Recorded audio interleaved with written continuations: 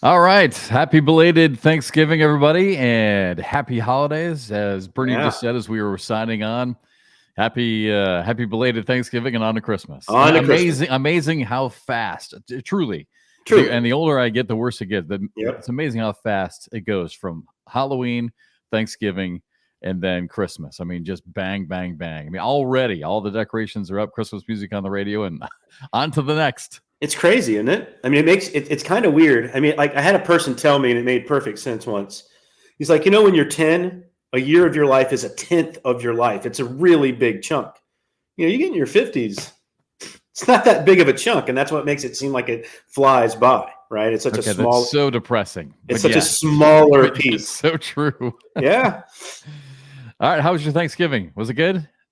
I know you and Julie have been struggling. I mean, it's been a long process with the house. It sounds like you got light at the end of the tunnel. By the time this airs, we'll be back in. Nice. Okay, good.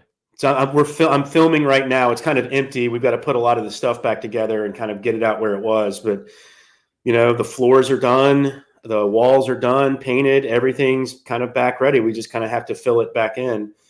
But so when this airs, we'll be back in our house. But we spent it, just the two of us, in an Airbnb. We couldn't really go with family anywhere because of a pet situation. And so it was just the two of us in an Airbnb, just kind of hanging out. So we made the best of it. Wow. Well, we had all kinds of family. My parents are in town from Iowa. So nice. I have been playing pickleball in the mornings with my dad. How do you like that? He's really good. He plays all the time. And my dad, even though he's 75, 76 years old, he's actually super athletic. Like, he can kick my ass in pickleball. Right. But because and you'd be good at it. I mean, who'd be really good at it is Stacy. I mean, I played varsity tennis back in high school. So, I mean, I picked it up pretty quickly. It's a lot of fun to play. Super, super popular. Especially, it seems like, in the Myrtle Beach, Charleston area, amongst the retirement community. Sure. They are really into pickleball. It's a massive sport now. Well, it's the less strenuous version of tennis, right? Yeah. They just have a terrible scoring system. Yeah, you have to be. You don't have to be fast, but you have to be quick. You have to have good reflexes. But yeah, you don't need like high top speed. You don't need to be a sprinter. You're not running all the way up to the net. Yeah, a lot less room to cover, but it is fun to play. It's not cornhole, but by the way, what's up with that ball? What is that? Is that like a wiffle ball kind of? It's basically like a wiffle ball. Yeah, maybe a little bit heavier. It doesn't have quite the wobble, when you hit it. Like when you smash it, it goes through the air pretty good. It doesn't like knuckle like a wiffle ball. But anyway, yeah. So family's in town, and we had I guess 3 of the 5 kids in town for Thanksgiving dinner. So got into the house just in time for all the holiday craziness. But right on. It was good. That's awesome. All right. So before we get to our guest, you and I were talking a little soccer. Yeah, man. Believe it or not. And I didn't even realize it. So I put on my USA hat, but I logged in. You said everyone's supposed to wear blue today. Now we're recording hopefully when this airs on Tuesday. Yeah, hopefully when this airs, everything will have worked out well. It could be a disaster. Yeah. But all right. So I did, because I've been so busy with family, I didn't hear about the drama. I mean, it's amazing. Like, we had a little bit of drama in cornhole, obviously, with Baggate. That was all over the place, and we talked about that a couple weeks ago. But it just doesn't matter the sport. But it sounds like, and I missed it. But you said a little bit of drama in the press conference for USA, Iran. Yeah. I mean, it's Iran versus us, right? So I mean, hostilities already there from a socio-political standpoint. But what happened was, all the way back, I'll make it really fast, the social media team from USA Soccer took out a piece of the Iranian flag in protest to how they treat women in the country. As a matter of fact, first game of the World Cup, the Iranian players didn't sing the national anthem in protest, which is pretty gutsy on their part, actually, considering what might happen when they get home. Yeah, sure. But because of that, then the press, and especially American press, started kind of asking those players, why did you do that? And started getting into the political realm of things. And then when our social media team decided to take like the sickle and stuff off of their flag in protest, well, that lit off a firestorm in the press world. So the Iranian press is, that's a state-run media. So obviously you're going to get a very pro-Iranian government sentiment coming from them. They came into our press conference yesterday and just went after our team captain, who's only 23, by the way, and our head coach. And our head coach obviously knew that he didn't know enough. So all he said was, "Hey, I'm a soccer coach. I really can't speak on certain things, right? I don't know what you're talking about." But they blasted our team captain for mispronouncing Iran. Apparently, you're not supposed to say Iran. It's supposed to say Iran. And then Tyler Adams is an African-American kid. And so they asked him what it's like to be African-American and, play for a country that really doesn't, like African-American people and treats them so poorly. And that 23-year-old gave, and politicians, other athletes, and the reason I found it so important is our athletes should look at that. This was off the cuff. This was no practice. And he ends up with the most measured and maybe the best answer to a question I've ever seen. Now, did he get really deep into things? No. But he was able to control himself because, the reporter was trying to make him angry. You could tell he was raising his voice at him. He was trying to get a reaction. And our guy was not prepared for this at all. No, totally off the cuff. This is just coming. I think once he saw the reporter, I think they knew something was coming because I think they have to be announced in what paper they come from and all that kind of stuff. So, so they kind of knew that maybe something. Maybe, but that's what 5 seconds of knowing. That's not an extended period of time knowing. And man, that kid Tyler Adams. It was the best answer I've ever seen. It was measured, yet polite. Yet answering the questions and doing so in a manner that completely diffused the question and the hostility.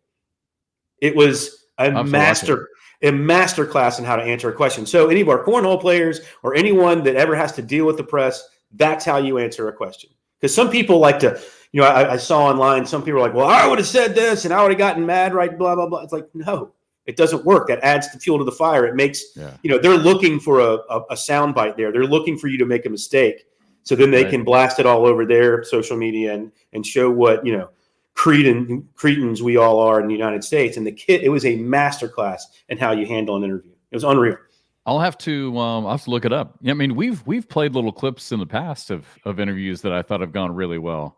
Because I know there's a lot of players. I feel like our players made really large strides, especially towards the end of last year. I really feel like our guys and girls are really starting to get more comfortable in front of the camera. So especially those that are there more often, right? It's kind of one of those repetition things. The more you're there, the easier it is, kind of deal. Right. Yeah. But I really feel like they made really good leaps last year towards their interview skills and just their overall communication skills. Yeah. So, but yeah, maybe we should grab a clip of it like we've done in the past and play a clip of it. And I'd like to watch it. Yeah, we do speak English in this country, and I think it's better if kids. And I know there's a lot of want to be cool, and you kind of want to be hip and kind of talk as if you're texting, with a lot of broken English and things. It's our language. Learn it. You can use it. There's a power in understanding how to use it. You'd be amazed at how far you can get with just knowing how to speak well. LOL. Seriously. Walk into any boardroom in America and find me the kid that's like, yo, what up? What's happening? What's up, dog? It's not there. Yeah. Right. It might be there before the meeting starts, but you can't run a business meeting like that. You can't walk into a hospital and talk with your doctor like that. You can, but you're not going to get much of a response, right?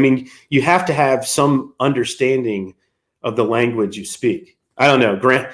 I think once again, hey, Mom, ex-college professor did not like me speaking in certain ways around the house. Wasn't a big fan of it, so I kind of had to learn. Grammar was kind of important. Yeah, my family too. How I spoke with my friends. I could, that's how you speak with your friends, but not every, that doesn't work in every situation. Yeah. With my dad being an attorney and my mom being a school teacher. Right. That was definitely emphasized in my house growing up. And you can tell. You can tell. Your voice has very little, there's not a lot of, my brain's not working. See, this is what happens when your brain stops working when you get older. There's no real accent. That part of that's being from where you're from in the Midwest. There's not a true defined accent where you're from in Iowa. But, it helps. Look, What do most Americans that aren't from the South think of Southern people when they hear the accent? They think of unintelligent, first thing.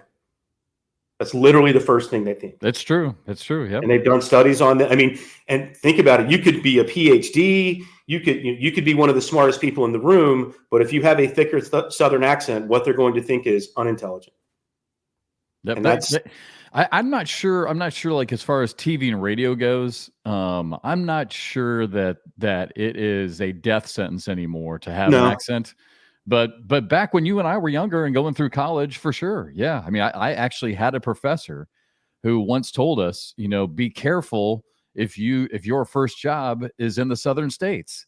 Like you do not want to pick. I mean, they basically flat out told us you do not want to pick up that accent. You don't want to be stereotyped. Nowadays, I mean, I really don't think it matters. As long as anymore. But as long as you have character with it, someone like Terry Bradshaw gets away with it. Yeah. All the NASCAR guys, it works. I mean, you listen to NASCAR think about those sports. I mean, the average American isn't looking at a NASCAR broadcast hoping to find some sort of intelligentsia coming across the screen. And I don't mean that as an insult. It's just a fact, right? I mean, they're not tuning into a NASCAR race expecting to get, an amazing amount of intelligence coming back. Even though they do get it, that's not why they're watching. Whereas, but I think it works when you have character with the voice. I was going to say, I'm with you on the character and personality above and beyond, more important nowadays than the voice. All right. So real quick, before we get to our guests, you mentioned your mom real quick. Can we talk about your mom on the podcast? I mean, she watches. Did she say something to you about one of the podcasts? My mom, I mean, that's why I feel I'm not going to say what my mother has said about certain guests. I'm not going to throw under the bus like that. Oh, it was about a guest. Okay, gotcha. I won't put her under that kind of fire. Yeah. Not to say, I mean, I'm not even saying it was bad, but wouldn't it be fun if we could truly she is funny. Say everything? I mean, if we could just expose everything, it'd be so great. And let me ask you this: how are your parents, by the way, with their filter? Because I feel like my mother's filter has just disappeared. Yeah. But my dad still, I mean, he's an attorney. He's always going to be very guarded and measured with everything he says. My mom, on the other hand, totally 100% retired, hasn't been a school teacher in many, many years. She doesn't care. She will tell you what's on her mind. Yeah.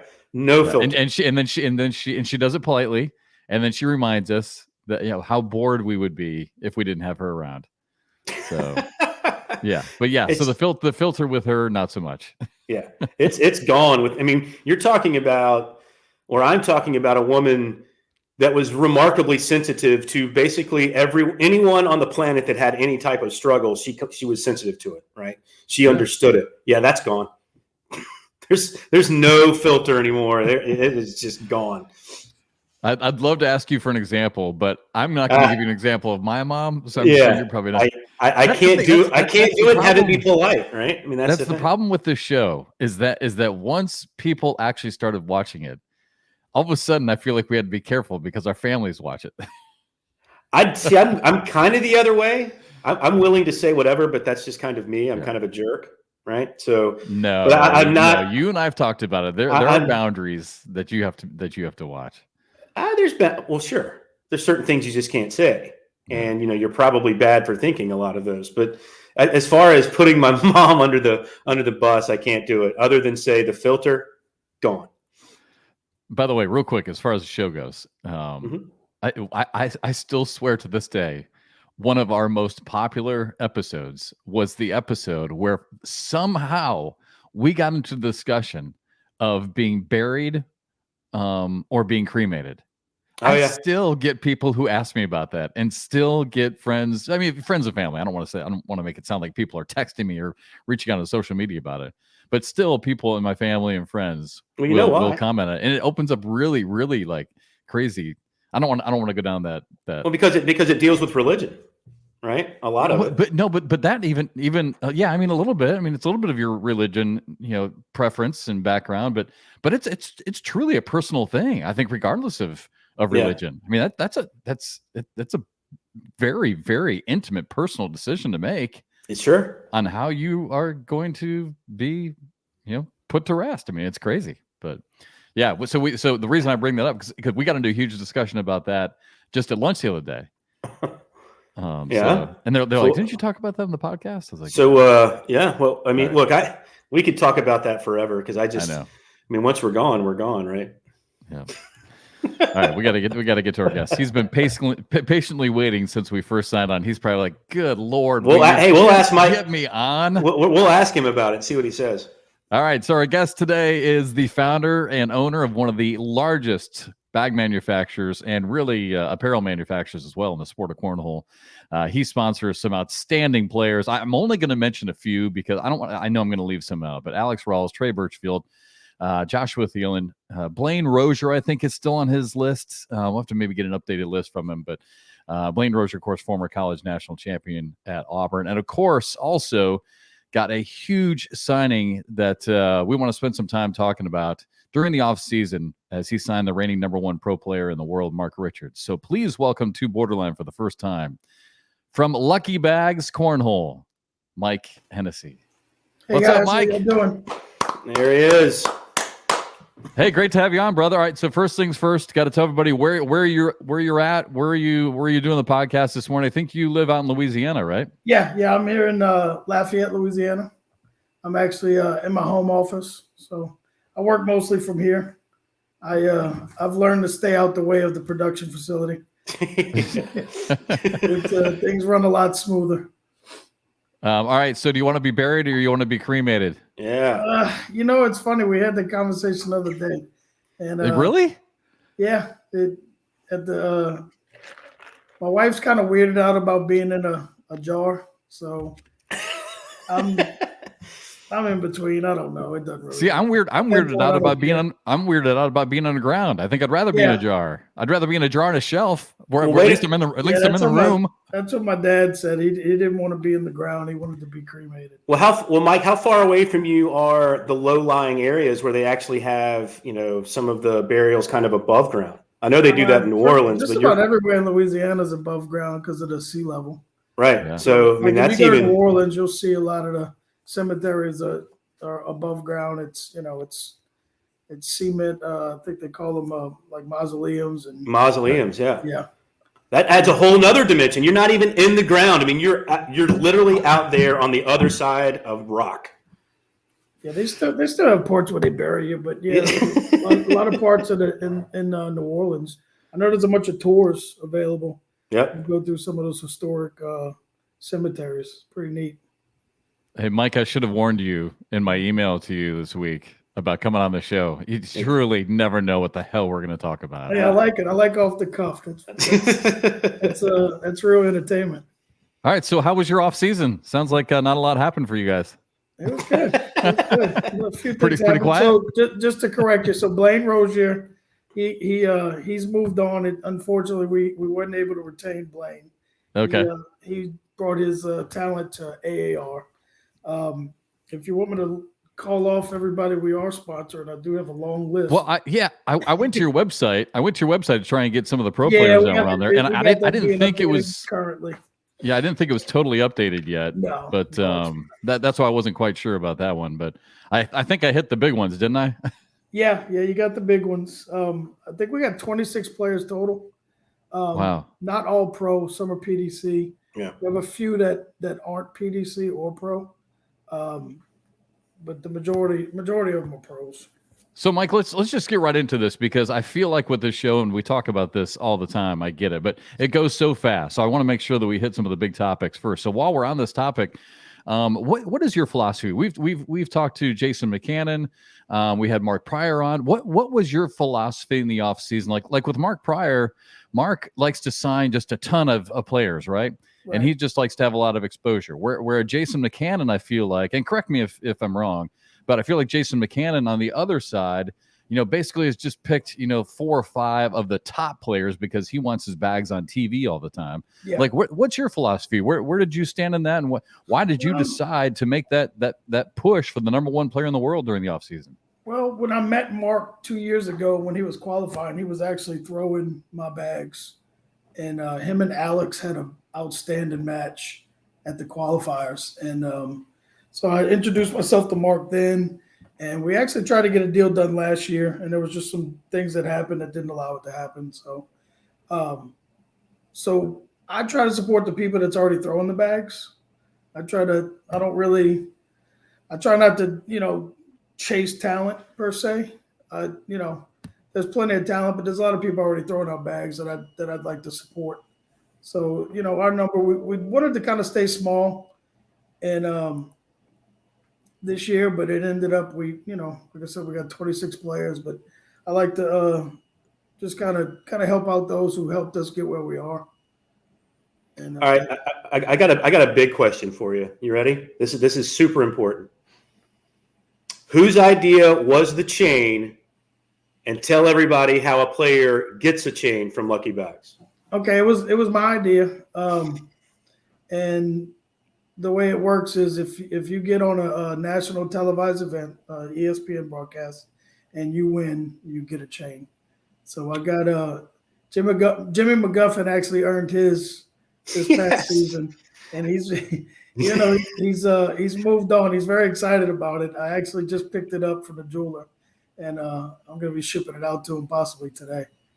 Oh man, I mean, and for those at home that don't know, I'm sure most of you do, but if you don't, it's a great Lucky Bags chain. It is blinging for everyone to see.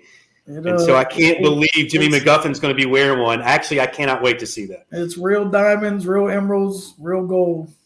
Wow, Mike, really? They're not cheap. That's real diamonds in there? I was going to ask you. Yeah. Wow. All right. So for those, again, like Bernie was just saying, who haven't seen it, you can see Mike's sweatshirt that he's wearing, his hoodie. And I love your guys' logo, by the way. I'm not just saying that because you're on the show. I love your guys' merch. But so basically, it's that Lucky Bags logo on a chain, and that Lucky Bags logo is in diamonds. I mean, it's that. You're right. I mean, that I don't know if you're comfortable saying how much that is, but that cannot be cheap. It fluctuates. It was a little more recently because of the price of gold.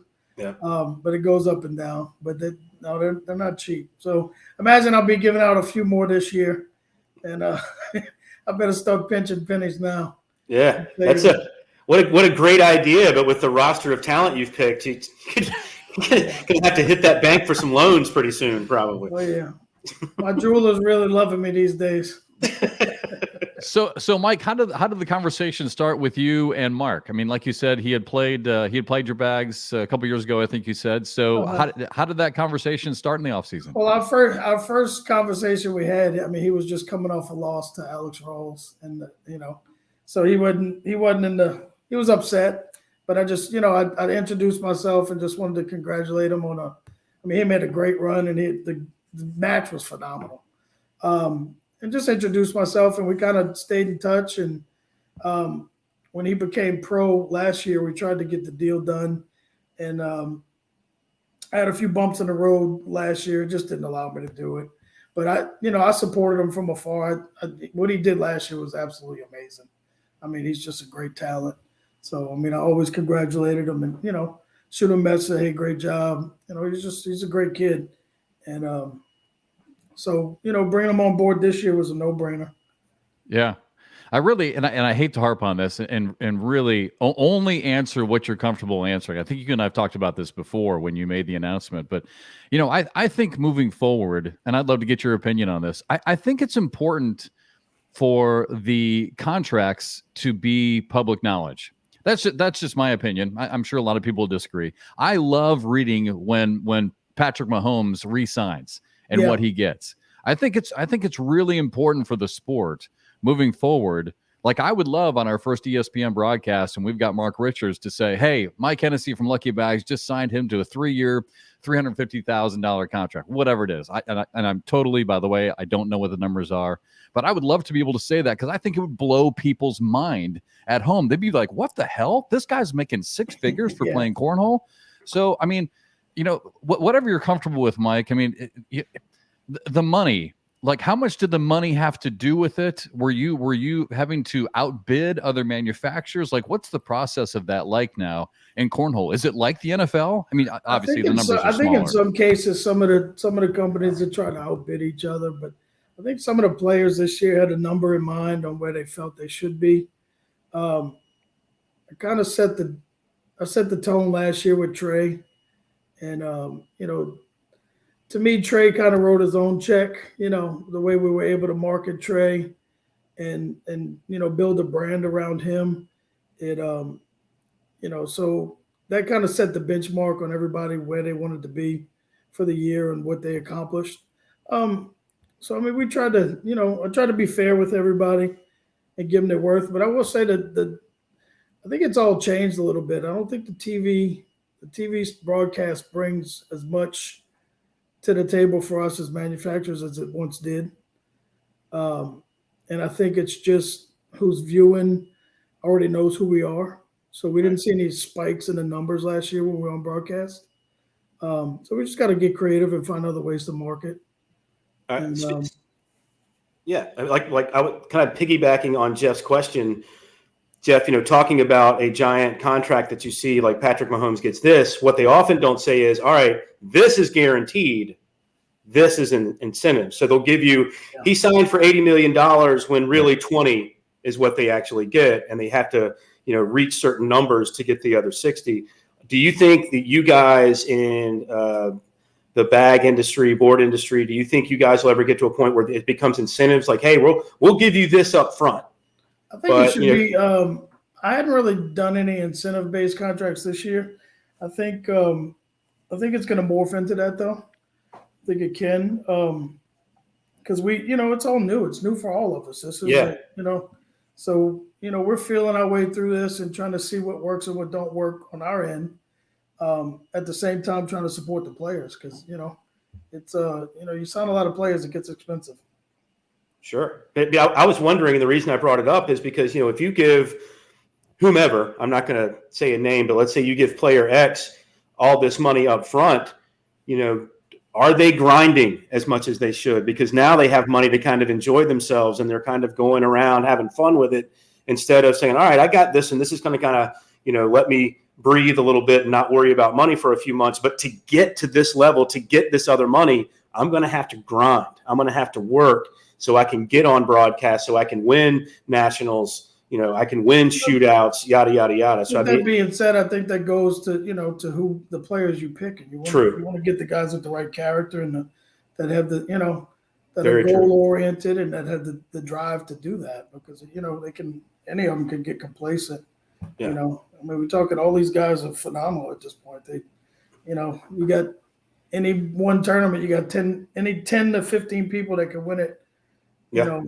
And you could create an argument on it for all of them. So the talent has gotten ridiculous over the last 2 years. And it really has. The young talent. It's unreal.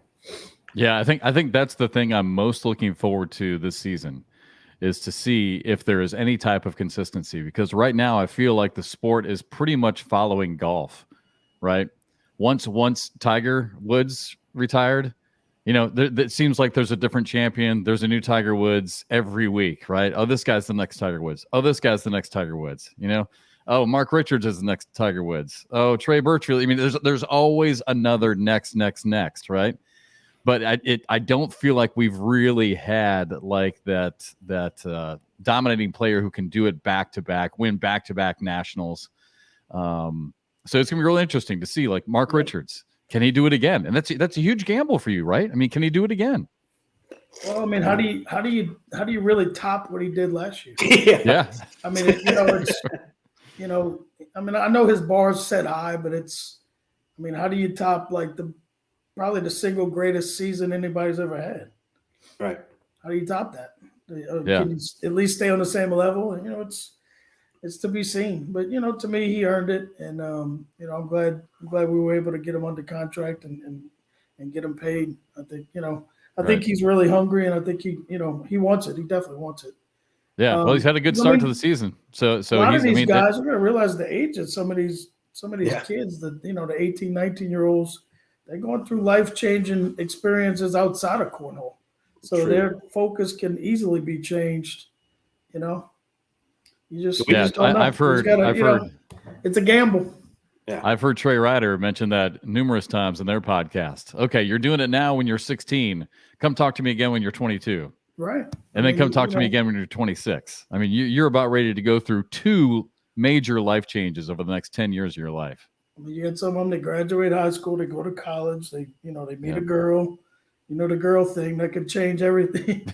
Yeah. How many friends do you have that, a girl, they made their sole decisions off of a girl.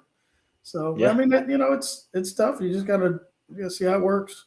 Right. I mean, I think Alex Hicks is the perfect example of that. He's getting ready to have 3 life changes, right? He's going to hit puberty. He's going to grow a little bit. Then he's going to get into high school. Then things really change for kids in high school. Then he's going to, get into his late teens. Such an amazing kid, man. He's so awesome. Yeah. So that's the great thing about our sport is so many of them are so young that we get to watch them literally mature in front of our eyes. And like you said, some do, and then some chase the girl or what have you, and it just changes who they are. So we do get a front row seat to a lot of personal growth. Yeah. I think sometimes we forget how young some of these kids are that are playing, Agree. It's I think that's true. A lot of weight on their shoulders, Yeah. I think that's true with any sport. Sometimes, like when I'm going to a football game, I all of a sudden I'm taken back. I'm like, wait a second, we're watching 19 and 20-year-old kids and getting mad about it, beat the shit out of each other. Yeah, and we're upset about it. Yeah, that's true. All right, so one more thing on the contract. So is because there are a lot of people, Mike, who watch the show who aren't totally encapsulated in the world of cornhole. So talk about the contracts a little bit. Is this can you do multi-year contracts yet? Like what are Stacy and Trey's takes on that? I think it's a good idea. But I mean, with it being so young, and the rapid changes, I mean, so far we've just done single year contracts, and right. I try to stay as open as I can with the guys. I won't send no lawyers after them or anything. A handshake's good for me, but but I think the multi-year thing is good. I think McCannon took advantage of that initially. I think that worked out really well for him. Didn't those guys sign a multi-year deal initially? It might have been, yeah. I think Matt and Jamie, did they sign a 2-year deal, Bernie? It might have been a 2-year deal. I can't remember. I know they had to re-sign this year. Yeah, they right? re-signed this year. Yeah, so you're right, Mike. The first one he had multiple. Yeah. I mean, it could work out, but so far we haven't. We've only done, single-year contracts. All right, last one. So the money, can you give us any type of ballpark figure on the money? Like you don't have to give us exact number if you're not comfortable. I'd probably like to consult with them first before I just, I don't know if they want their numbers out there like that. I mean, even because I'm telling you, that is probably the number one question that I get from my friends, because I've gotten to the age now where I'm 50, right?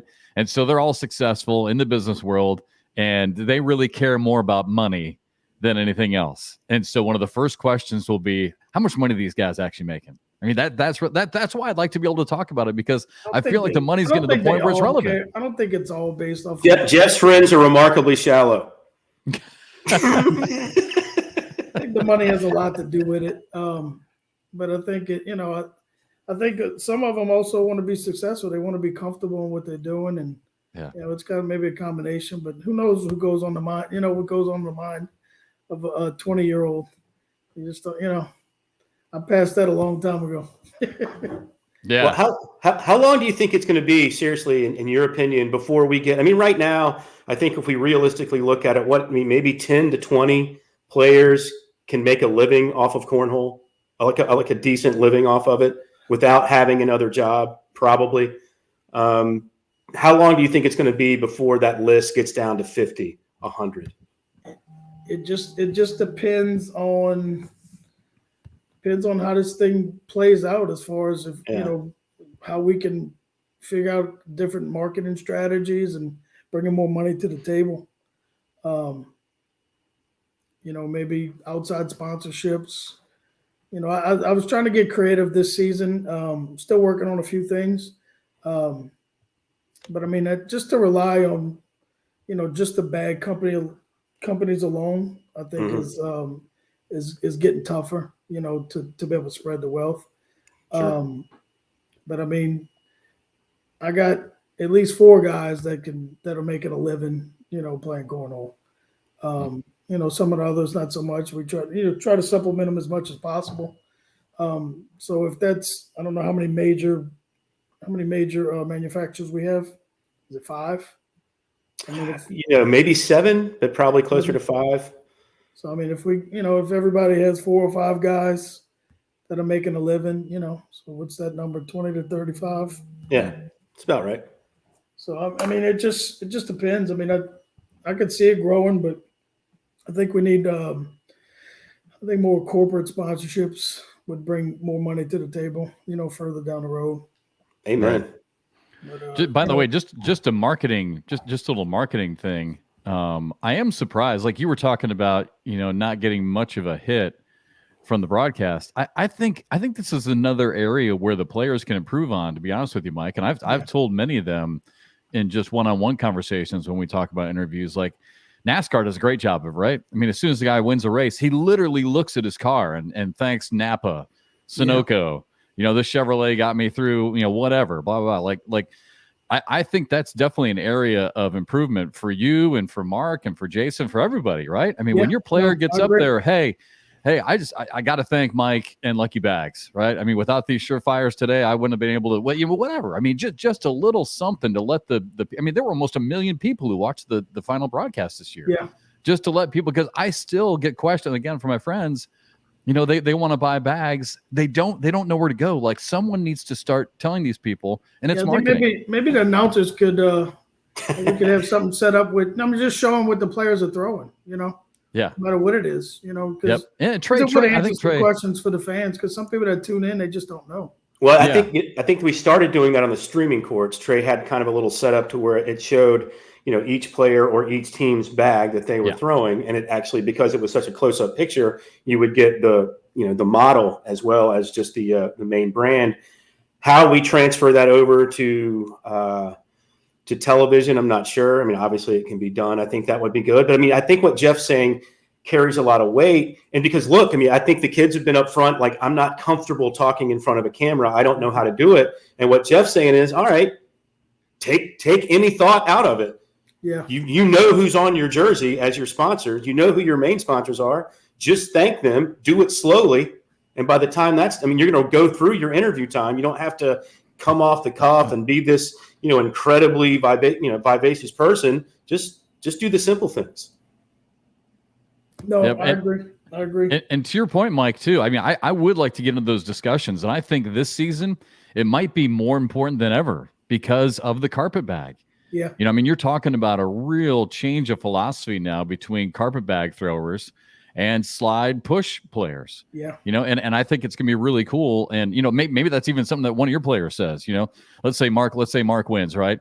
He's like, I just got to thank Mike and Lucky Bags. I was using this bag today. It's a little bit more sticky on this side because the bags were, because the boards were fast and, whatever, just to let people know. And I think that'd be kind of fun to do during the broadcast too, is kind of highlight. Even on broadcasts, if during player introductions, when they put up the player's picture and just maybe mention the bags they throw, and that way, when fans are watching, people outside of the cornhole community, they can get a great, look what this guy's throwing, look what he was able to do with the bag. Maybe I should try this one. There's a little more information.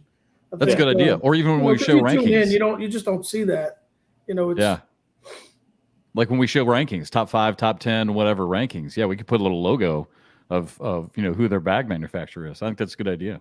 Yeah. All right. Well, hey, let's we're going to run out of time again quickly, but I really want to kind of talk about you and your personal background. You talked about being in Louisiana, and you started Lucky Bags Cornhole, which has been successful, but I know you've been through ups and downs with it. I mean, cornhole it's kind of a risk. Right now, you guys are on a big high, but I know there's been some highs and lows for you. But I guess let's just kind of start at the beginning. Like, how did you, as a businessman, get into the sport of cornhole? How did this whole thing start? It was an accident. We were introduced to cornhole in New Orleans around 2017, and didn't know what it was. Went to a fundraiser tournament for a little boy with leukemia, and played with a parent from my mom's softball team that was pretty good, and went play with him, and we ended up winning the tournament. And met a guy running a league in New Orleans, were trying to get started, and he invited us to go play a couple tournaments and started getting into it. And I started meeting people, and I already had a printing company. So when I started going to these tournaments, I noticed the boards. So I was like, well, I can do that. So I started making boards, and then I brought it to the local playground, Terrytown. And my mom was a supervisor there, and that's where I coached basketball for years. And so I started we started doing fundraiser tournaments at the playground, and ended up doing some leagues, raising money for uniforms. And I ended up at a tournament in Vegas and met Mike Sorensen from Dirty Bags, and we played together. And then when I came home from that trip, I decided to come up with Lucky Bags, because the playground is a Terrytown Fighting Irish. So it just all came together. And originally I was actually co-branding with All Cornhole.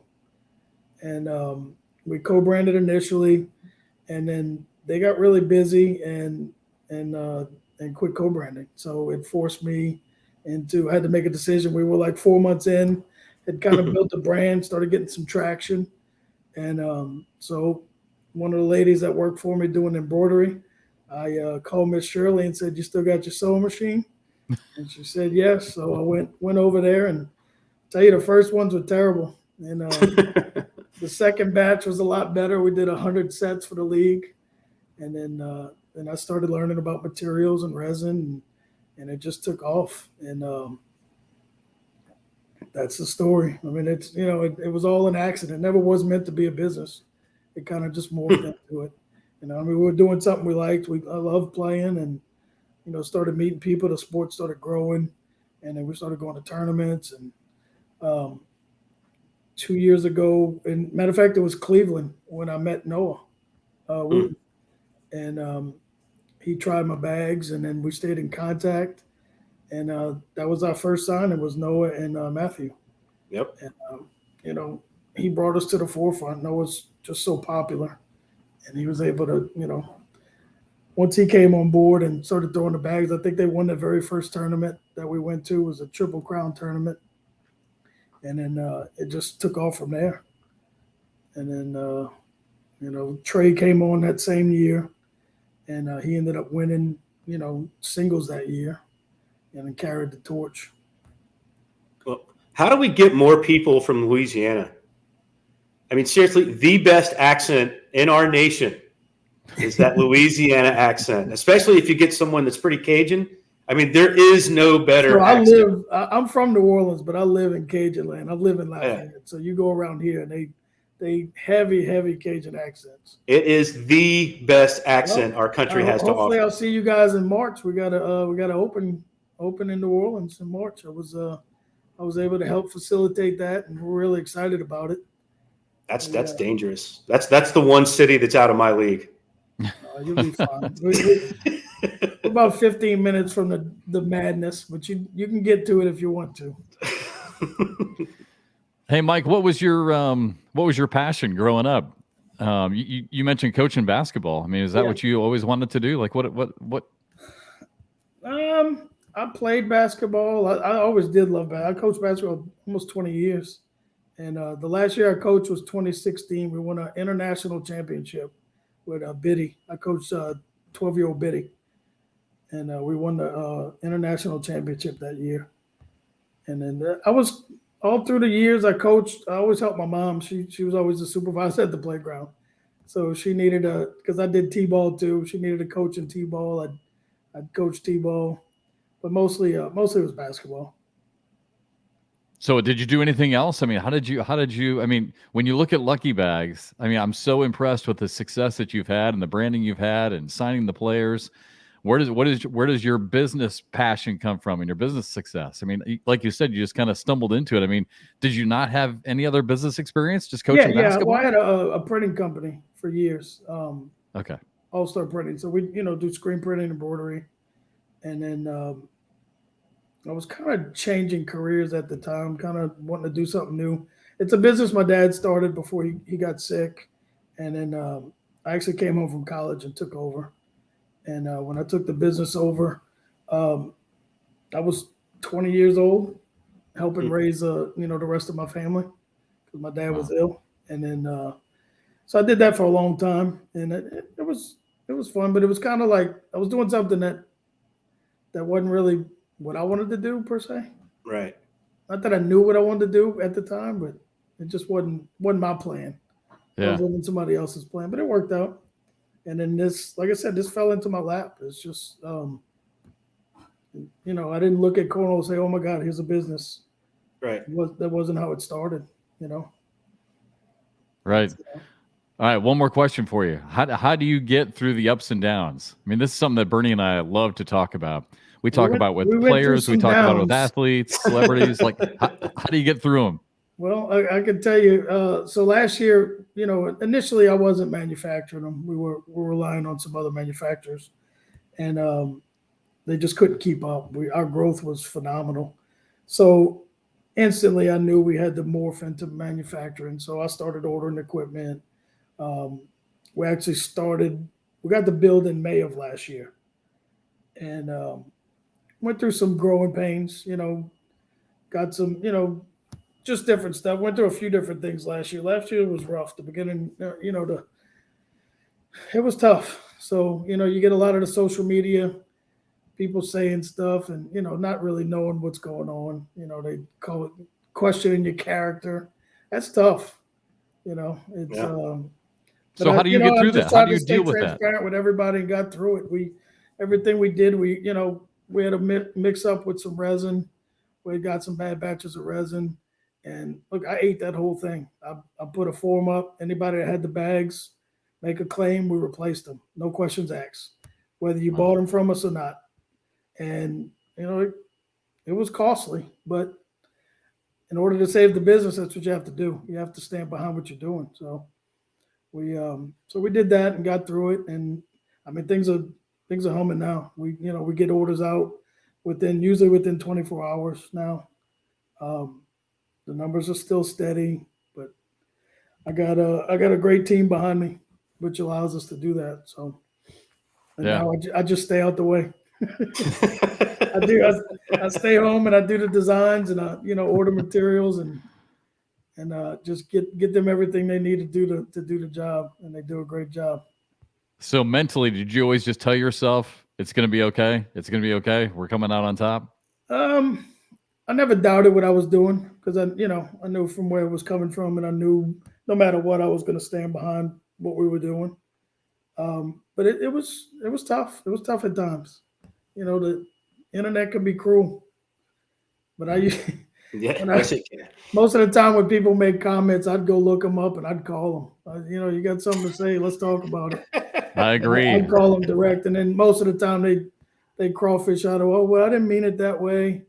And it came off that way. So yep. Let's talk about it. When I was in sports talk radio, it was the same way. Someone easily will get on social media and just try and blast you, right? And then all of a sudden you reach out, email them back, and want to have a conversation. And the tone changes real quick, doesn't it? No, but I'm easy to talk to. When people hear rumors, they hear one thing, and it runs rampant, and everybody assumes this and assumes that. But if there's ever a problem, you call us and we take care of it. Are you saying that there are rumors in cornhole? Is that what you're telling me right now? It's almost like an old girls' high school. It is. It really, really is. I'm sheltered from a lot of it, and maybe thankfully. All right. Well, hey, we're running out of time. Well, with that being said, I've met some of the best people in the world through this game. So agreed. It's a good crowd. It really is. Hey, Mike, thanks so much for coming on with us, especially short notice. And happy holidays coming up. You guys. We'll see you guys soon, and congratulations on the signings and on your success. And keep it up, bud. We'll see you again soon. All right, thank you. Have a good one, guys. Mike Hennessy from Lucky Bags Cornhole. Great to get him on. I've been wanting to have him on for a while. Dude, Louisiana accents, man. All day. I know. We have a few directors down there. And I just ask a couple of questions, let them talk just so I can hear it. It's the best accent in the world. Yeah. All right, bud, we got to go. Again, thanks to Mike. Terrific guy. Lucky Bags Cornhole. Check him out. I've even played with the Surefire. So, I mean, we play with all kinds of different bags, but I have loved those bags. So, really great stuff. Great logo. Love it. All right. We will talk to you next week, bud. All right, man. All right. Bye, everybody. USA. USA.